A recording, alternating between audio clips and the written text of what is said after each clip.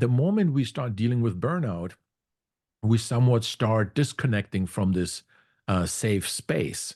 And we might, no longer like to hang out with our peers, with our own teams. We become resentful and we start disconnecting from the safe space. And this is really the core issue at the core of burnout, where we're finding ourselves more and more alone, struggling with everything. And it becomes overwhelming because you inadvertently are going to start feeling that I need to be in every meeting. And when you hear about a meeting that your boss just had with somebody else, you're now thinking, what happened? They're talking about me. They will fire me. Like, you're making up the worst of the worst because you're in survival mode.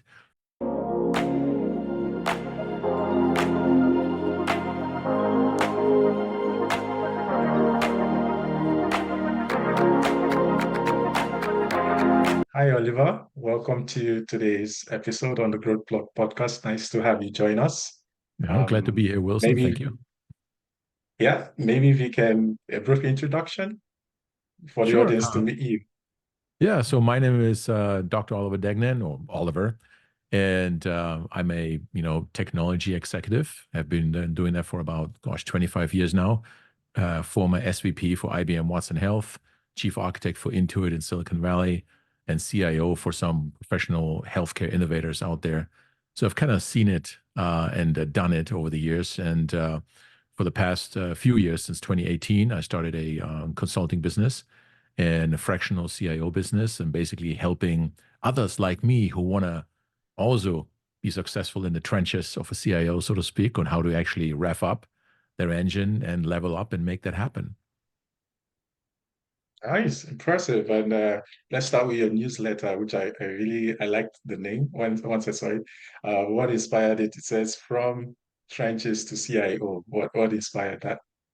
Yeah, from the trenches of a CIO, I can tell you that when you are an executive in technology, especially in private equity, you're always in the trenches, and you're like, you kind of jump in the pool and you drink from the Kool-Aid, so to speak, right? It's hard to get, keep your head above the water, so to speak. And you're really in the trenches. Every day is a little bit different. Every day you have some stories about survival. Every day you have some new opportunities that come along, and you kind of make and break careers. You make and break products, so to speak, and you try to make a difference in the world. So I kind of called it from the trenches because I've been in the trenches for a long, long time, and I don't think I ever got out of it. And so it's just a matter of just getting better, being in the trenches. And so I started talking about this, my experience of what it means to be in the trenches as a technology executive, but then also specifically about burnout, right? And I burned out some years ago, and many others of my, industry colleagues burn out constantly. And that's what happens when you're in the trenches and when it's chaotic and you're committed to nothing but success. And you kind of don't take failure as an option, right? And so if you don't once in a while take a break, or if you learn how to manage your way through it, you're going to burn out. So I started the newsletter, from the trenches to help others to avoid stepping on those landmines that I stepped on over the years. Interesting. And thank you for sharing with people, because I think when you've gone through that path, there are some things that others who are coming up haven't seen, and just having someone to point them in the right direction. What are the early signs of burnout? Most people might be burnt out, but they don't even know. So how do they Yeah. even get to the point where they realize that, okay, I'm burning out, I'm burnt out? That's a really good question. I can tell you from my own experience, I didn't even know I was dealing with burnout for many years. And then one day I ended up in the hospital for 2 days with, panic attacks and things like that. And that's the end stage. That's like already, now you're definitely burned out, but it's already too late. And but there are telltale signs that that are very visible, when we first start getting closer to burnout. And some of them is, for example, not sleeping through the night anymore, waking up at 3:30. I call it the devil's hour. And if you wake up around 3 o'clock and the first thought that comes to mind is a very negative thought, that usually means you have unresolved issues. And it's those unresolved issues that put you into flight or fight mode. And when you are too long in flight or fight, you essentially, what it comes down to, you are getting tired of defending yourself or fighting, right? And then sooner or later you give up. And it's the giving up, which is you disconnect yourself from your secures, from your safe tribe, from your coworkers. You kind of are past the stage of being resentful, with your supervisor and the company, and you kind of already are done complaining about it, which can go on for years. You can complain about your current employer for years. Things are never okay. A new executive starts working and you resent that new executive. And those are all the things that kind of tell you that you are beginning to deal with burnout. And so the end stage of burnout really is you kind of collapse, right? And you kind of giving up. I kind of compare it to like a gazelle in the jungle, and you kind of just lay down and wait to be eaten by a lion, right? That's the end stage of burnout. So what happens before that are things like you have too many things to do. You try to multitask, but that doesn't work because humans are not multitaskers, right? And you never really catch a break, so to speak. You can't produce high quality output anymore, and then you start getting negative feedback from the organization. You find yourself in meetings back to back that are really useless. You shouldn't be in those meetings, right? Which is a really big thing, and you're gonna, end up having meeting fatigue, and you're constantly tired. And then, especially at the end of the day, you kind of sit all day in meetings, but at the end of the day, you feel like you just ran a marathon. You're just completely exhausted mentally, and all you can do is sit down and binge watch Netflix, so to speak, right? And that's not good, because what you really should be doing is working on your hobby, doing something with your spouse, with your kids, working out, things like that, right? And so the early signs of burnout is when you start getting decision fatigue, when you are participating versus leading any efforts that are going on. And people know that. We just can't quite point the finger at it, right? We feel intuitively that something is wrong. Like we are in meetings where not once are we being asked to say something. You're just like a fly on the wall, so to speak, and you have 10 people in the meeting and only one or two people doing all the talking. So why are you there? You shouldn't be there, right? And you got better things to do. Or you have, like early risers, you can't wait until you start working, like your regular working hours start at 8:30 a.m., but you're going to be at work at 7 a.m. already. Why? Nobody asked you to do that. But you're doing that because you have so many unresolved issues, so many open tickets, that you think that if you don't work out in the morning and just start really early, that things will be better by the end of the day, where in fact they are really not, right? And so that's really what's happening with burnout, and it's critical to see that early, And as I said, sleeping, one of the indicators, healthy habits on your diet. If you start eating a lot of junk food and you kind of historically have not done that, that's not good. It kind of means that you kind of stop caring about your own body. And if you stop caring about your own body, you stop caring about work and other things as well, right? And just keep an eye out for these kind of things. Or you get feedback that your quality of work is no longer where it needs to be. That's not good. Being the first one to work and the last one out, that's not good. Checking your email on your personal mobile device every weekend, every 15 minutes, that's not good, right? Those are all things that lead to burnout. It's like you basically have lost the ability to unplug. Thank you. And while you were talking, I was just thinking, so what do you think make people maybe at that level, they don't disconnect? Is it because they don't trust those who they Mm. delegate to get it done, or it is now a habit probably built over time? And so even when you don't need to be awake, you just can't sleep. Or is there another factor? What causes people to still be engaged from your experience, even when they don't Yeah. need to be engaged? Yeah, I like that the word, that you use the word habit. So it's something that just over time we kind of, develop these tiny habits that keep us at the right velocity, but the velocity is really set by your supervisor.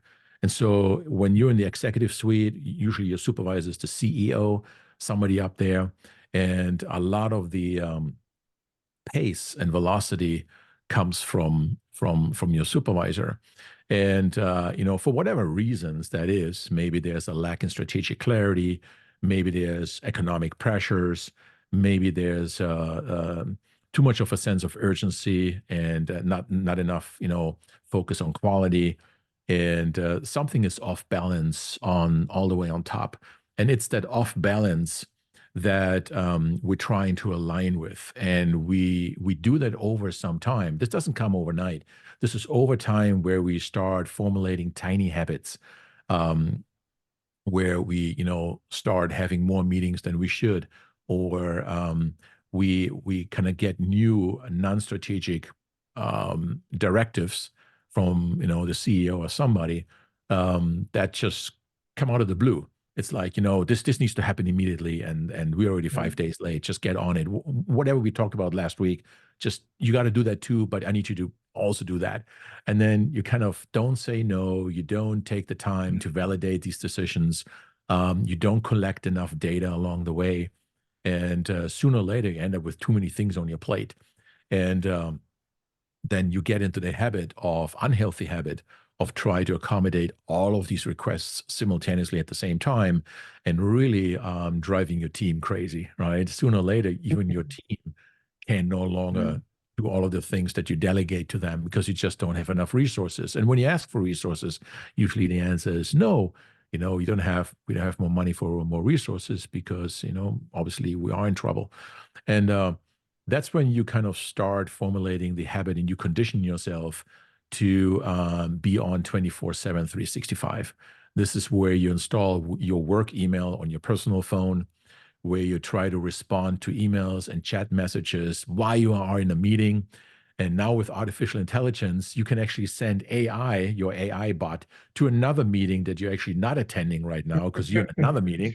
And then guess what happens? After the AI bot sends you the summary at the end of the day, now you have to read all the summaries and respond to the team back to prove that you actually were in the meeting with AI. And so it just gets worse and worse, right? You don't catch a break. And you really try to constantly, proactively fight to survive. And it's that constant fight for survival that you are conditioned for now. That is your habit now. And other people from the outside, when they look at executives who are operating on this constant fight or flight, they usually look at them as like, oh, he's like a hustler. He hustles a lot, and he's high-stressed individual. He's constantly on. He doesn't have an off switch, so to speak, right? Those are the side effects that happen to a lot of senior executives, because it is tough. It's tough to be an executive in the first place.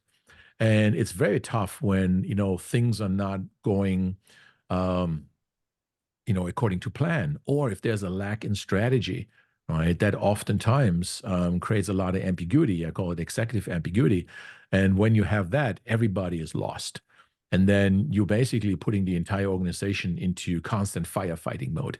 There's always something breaks, whether it's on a technology side or it's on the operation side. And then you really don't get out of this firefighting mode. And it's that condition that, formulates that habit within you to always be on. So basically, at some point, you can't find the off switch anymore. Interesting.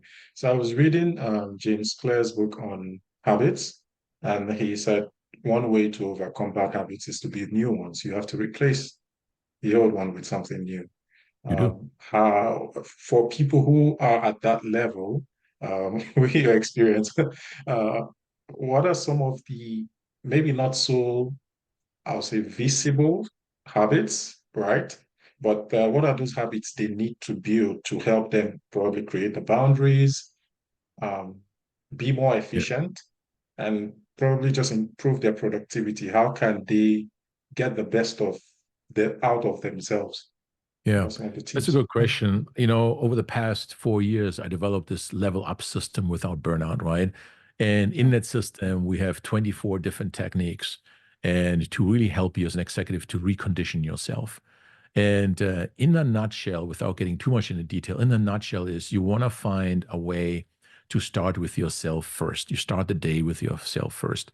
I can tell you that for me, and the way I got myself out of burnout is to commit that the first thing I do in the morning is to go to the fitness club. I go to the fitness club for 20 or 30 minutes and work out. And during that time, I actually listen to a podcast, something that is about stress management or productivity and what have you, just something other than work related stuff, right? And then thereafter, before you even start working, have a healthy breakfast. Take the time to, prepare something, cook some eggs or whatever it is. Again, and the idea is to buy yourself back more time outside of work. There's something called work-life balance. I'm not a big fan of that term. I like to call it more flow, like have a natural flow throughout your days. And to me, a well, situated flow is where you start with yourself, then you start your work. Um, Try not to be in meetings that you shouldn't be in, especially as executive. You are in charge. You can totally get yourself out of those meetings. If you are in project meetings, um, ask yourself on your level, should you be on those project meetings, or are you being misconstrued as a micromanager right now? Right? I mean, let your team handle the project meetings. They can always send you a project update via email, and you can read those emails. Um, Cut your meetings down to 30 minutes. That's another thing. Oftentimes, you sit in a meeting, you're scheduled for 60 minutes, and you talk about all sorts of things, except that one thing that actually moves the project forward, right? And so there are all these kind of different techniques that you can use to find more of a natural flow for yourself throughout the day. And that also includes time for email. For example, I never check my email when I'm in meetings, right? And turn your email client off. Whatever email client you use, just shut it down. Shut down your Teams messages, turn off notifications, whatever you know abilities you have on your system. Turn off anything that distracts you from paying attention right now, because when we pay attention and we are in a meeting and you pay attention, you actually avoiding meeting fatigue, because you're not trying to tackle two or three things at the same time, right? Which is very, very hard to do for the brain. You're constantly switching back and forth. So you want to go into a natural flow. Same with, lunch. Make sure you have lunch. Take your lunch break. If you meet with somebody, then maybe don't talk about business. Talk about something else. And then also after work, make sure you have a hobby, something that you know, put some different thoughts in your mind that distract you just significantly long enough from work where you can give your mind a break again. And this is really, really important, right? So the idea is to get into a new flow that is not just as constant about work and business and all the things that need to be done, but actually go into a more natural cycle in accordance with your circadian rhythm. For me personally, my circadian rhythm is in the morning hours, I'm very creative. So I want to have very few meetings in the morning. I want to really spend the time where I use a technique called time boxing, where I schedule 90 minutes every morning. And it's like deep writing or deep work, whatever it's called. And I have a special icon on it too. So I recognize it visually too. And everything is turned off. Absolutely nothing is turned on. And I just work on this one thing that I need to get done for that day. And this is very critical. It already puts me into a successful state early on in the morning, right, of the day. And then I put most of my meetings in the afternoon, and I try to keep them to like 30 minutes. And if I do 30-minute meetings, I can still have 8 meetings in the afternoon for 4 hours, right? Yeah. But those need to be meetings where I'm needed as an executive, where decisions need to be made, where I can help to, instill clarity, things like that. If it's just a project update meeting and things like this, you don't need to be in those meetings. Trust your team with that, delegate effectively, and what have you. And I think over the course of burnout, we really try to be like Superman. Superman always fights the entire war himself. He never delegates anything, right? But we're not Superman. We don't have that Yeah. strength in us, right? And so Superman doesn't burn out, but we do. So we don't want to be Superman. And instead, we really want to get good in delegating, significant tasks to your teams. Make sure you trust them. Your team is going to appreciate that also, and give your team an opportunity to learn and mature and to build up the next version of leaders. Obviously, focus on that, right? But that really requires a certain maturity, in you as a leader, as an executive leader, to trust and have that confidence that you can actually do that. And once you start doing that, though, effectively, and you go more into a natural flow and you protect your time and using techniques such as time boxing or the Eisenhower matrix or whatever's out there, just pick one. Don't pick all of them. Just pick one and stick with it, right? And because I think a lot of people make the mistake. They watch YouTube, they see all of these techniques and they try to adopt everything at once, and then nothing works.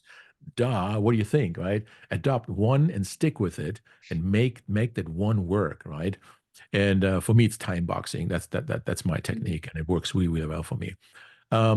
So do that, and that's going to really help you to avoid burning out. And then obviously a big part of burnout is understand where you're burned out. I have a free burnout assessment that takes about 5 minutes to take online, and you can go to burnout.drdegnan.com and take that test, and it will tell you on 10 different dimensions on what your levels are in terms of burnout. How close are you with burnout, right? And now that you know in which area you are dealing with issues, whether it's sleep or concentration, focus, and relationships, or wherever it is, then you can fix it, right? And that's critical. And I didn't have a tool like this before. I kind of put this together during my doctoral studies, and I kind of developed this burnout quiz, right? And it works really well. It's scientifically correct, and a lot of people have taken it already. And it's one of those things that helps me. Even I take the burnout quiz every month, just making sure that I know and I don't burn out, and I know exactly where my levels are right now, right? So do that in combination with a good, healthy executive flow, and you're not going to burn out anymore. And you're just going to have to trust that you're going to be okay. A big part of burnout is where at some point we give up on the future. We can no longer imagine a future where we are okay, right? And that happens a lot when you start worrying about your job. I always say that we're really not afraid of losing our job. What we are really afraid of is not finding a new job, right? If we would have a new job, we wouldn't stress the current job so much. So the issue really is our confidence in finding new employment, so the issue is confidence, right? And when I coach somebody, I tell them, especially when they're worried about their job, I kind of help them to see that you didn't get the current job because you got lucky. It's not like you draw the lottery, but a lot of people think they got lucky. It's like, oh, I mastered the interviews. I finally got selected out of a pool of 10 candidates, and I got lucky to have this job. But if that's not true, you got the job because you were the right person at the right time with the right skills, and you already have it and the right experience, right? And so that's not going to go away. So again, for you to find a job again, it's really not so much as the issue. There are plenty of jobs out there, right? It's just that the confidence in you on trusting yourself that you can find a job again is very low. And because of that, you feel like you're in this golden cage. And then that adds to burnout, right? So you're not taking bold bets anymore, risks anymore as an executive. You're not really trying new things. You're avoiding debating something with your boss, which sometimes you need to debate something with your boss. You don't do that. So as a result, and as a response to your not being as confident, you are avoiding any argument with your superior, and you're saying yes to everything, where in fact you should be, and I don't say no, but at least negotiate your priorities, get the numbers and prioritize based on evidence and things like this, and help your team to work on the things that make a real impact to the customer and the bottom line. Don't just work on every stupid idea that comes to somebody's mind, right? And so, but if you don't trust that you're going to be okay in the future, unfortunately, you are setting yourself up to say yes to everything. And when you do that, you're setting yourself up for burnout, and that's not good. Interesting. I think you've hit on a topic I'm very interested in, which is the mindsets people have towards work, towards life. Yeah. Just like you said, once the confidence is gone, it definitely will affect every other thing. It No, is. It wonderful. is really, yeah, it is really largely, I mean, it is in your mind, right? No, And there's some instincts that we have that, we were born with, and that's deeply embedded, in the core of our brain, so to speak, right? no, And this is where flight or fight comes because we're in survival mode, right? And we want to be connected to a tribe, like we want to have relationships that no, secure our future, right? Because we are still surviving. And the moment we start dealing with burnout, we somewhat start disconnecting from this safe space. And we might, no longer like to hang out with our peers, with our own no, teams. We become resentful and we start disconnecting from the safe space. And this is really the core issue at the core of burnout, where we're finding ourselves more and more alone, struggling with everything. And it becomes overwhelming because you inadvertently are going to start feeling that I need to be in every meeting. And when you hear about a meeting that your boss just had with somebody else, you're now thinking, what happened? They're talking about me. They will fire me. Like you're making up the worst of the worst because you're in survival mode. And the problem with that is if that is what's happening constantly over and over and over again, even driving in the car and you have these, you know, um, discussions with yourself, debating or fighting with your boss verbally in your car. Nobody hears it. You kind of space out and you have these conversations with yourself, but actually arguing with your boss. That's a sure sign that that you're heading towards burnout. It's actually a pretty dumb thing to do, right? Because you're proactively defending yourself from a scenario that hasn't even occurred yet. And that's like insane when no, you really think about it. But when we are dealing with burnout, that's what we're doing.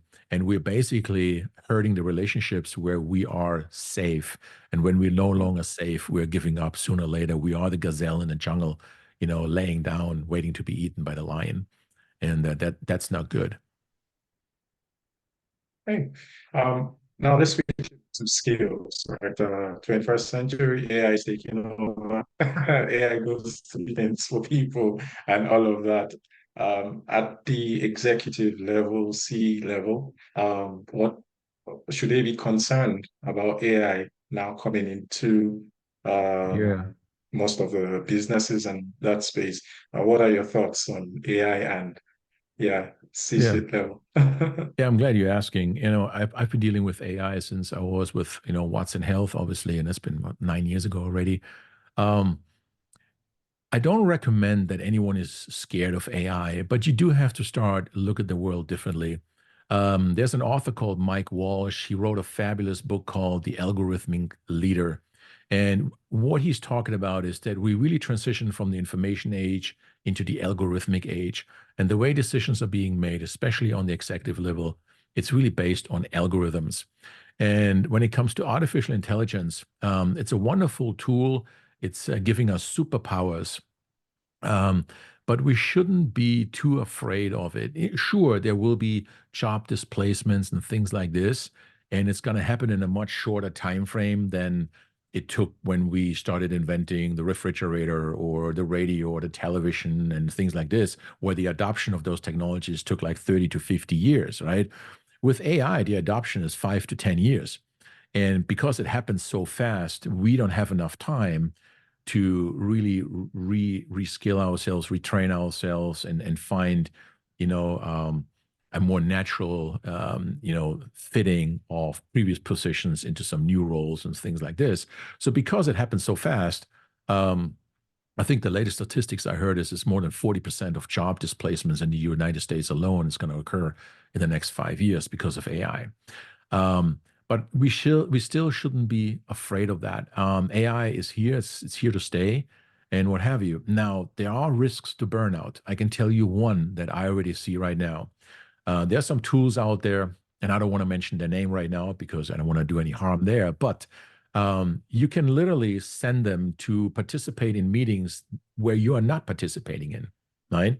And your AI bot dials into the meeting, like a Zoom meeting or Teams meeting, and it's going to take all the notes, and then it's going to send you all the notes, and now you have to read those notes probably at the end of the day. And before you know it, you're turning an 8 or 10-hour workday into a 12-hour workday because you still have to read all of those notes now, right? And so that's going to add a lot more stress to you also. And then because you want to prove to your teams that you actually were in the meeting with your AI bot, so to speak, now you are finding yourself feeling obligated to actually send at least an email or a chat message to somebody afterwards. It's like, hey, I just read the script, the summary of the meeting today. Looks like everything is great. Thank you for that, right? But the fact that you do that, that puts pressure on you to actually do that. You feel obligated, artificially obligated to actually do that, right? So that's one of the things that I'm beginning to see where AI could actually increase the levels of burnout. And the other situation is that people that come up with AI faster and embrace AI as superpowers, they're going to start using AI to do the same job, but more effectively and faster, right? And if you can't do that, if you can't keep up, well, you're going to have not such a favorable performance review, right? Because clearly your colleagues outperforming you right now, and they're doing that with AI, whether it's content creation, especially in marketing firms and stuff like this. We see this a lot, especially anything around the creative world when it comes to movie creation or images and things like this, any design work. A lot of it is done with AI. And if you can do it faster than your coworker, you're probably going to experience more job security than a coworker who unfortunately does not perform as well anymore. And that's not good, right? And that puts a lot of pressure again on the entire team. And I think we're beginning to see this now in some markets, in some verticals where AI is being embraced as a competitive advantage, and every employee is supposed to master AI. And if you don't master it, you might not fit in anymore. So, and we should get ready for that. Yeah, definitely. With AI coming into the mix, productivity should skyrocket for those who use it efficiently, obviously safely as well. We expect a massive shift in the way we do things, even content creation, like you talked about. One piece of advice for people who want to transition careers, right? This is a career transition episode as well. So what would you tell them? Having moved across different Yeah. roles, what is that one quality, one mindset, one attribute they should try to imbibe to enable them Okay. perform in different roles across different Yeah, organizations? yeah, that's a good question. And I was thinking about this. And I think the advice I can give is don't try to be everything at once. Really find your niche, even your sub niche, get really good in one thing. You got to master one thing and master it really, really deeply. And it's easy to be confused. And, with all the white noise we see out there today, everybody has, the golden recipe for productivity and success for you and what have you. And you can, subscribe to all of these things and you can buy 20, 30, 50 books. And by the time you're reading it, you have a lot of knowledge, but you haven't mastered a single thing. So my advice is don't buy more than one book at a time. Buy the book, master it, implement it. Even when it comes to artificial intelligence, it's so broad. There's so many different language models and AI tools out there. You don't have to master all of them. Just pick one and go really deep on that one. Really know how to use your tools. Don't just be a carrier of a tool belt that has all sorts of tools, but you don't know how you didn't master a single tool. Master a single chisel, so to speak. Just master one thing, and that's what's going to give you a lot of confidence. This is what's gonna, help you to really shine out there and be competitive and marketable in the marketplace out there. Talk about your craft, obviously, on social media. That's important too. But master one thing and stick with it. And it's that one thing, if it aligns with where the world is going future-wise, and obviously, right? And but it's this one thing that everybody's going to gravitate towards, and this will continue to boost your leadership visibility and your leadership effectiveness long term. All right. Thank you. Thank you so much. It's been a wonderful time speaking with you. But coming to the end of the podcast. So really just want to say big thanks. Any information you like to give the audience? How can they connect with your work? I know you've mentioned LinkedIn and Oh the yeah, website. sure. Any other thing? Yeah. Yeah, find me on LinkedIn or go to 𝗟𝗃𝗃, drdegnan.com. You can find out more about my, stuff. And but yeah, LinkedIn is a good place. I love LinkedIn. I'm very active on LinkedIn every day. I blog something and subscribe to my newsletter. So go to news.𝗟𝗃𝗃.com. Subscribe to it every Sunday. I'm sending out some recipes from the trenches of a CIO on how to help you, how to be more productive, how to succeed in your executive career without burnout. Nice. So thank you once again. And to our listeners, please do well to follow Dr. Oliver and enjoy the rest of your day. Thank you. Awesome. Thanks, Wilson. Bye-bye.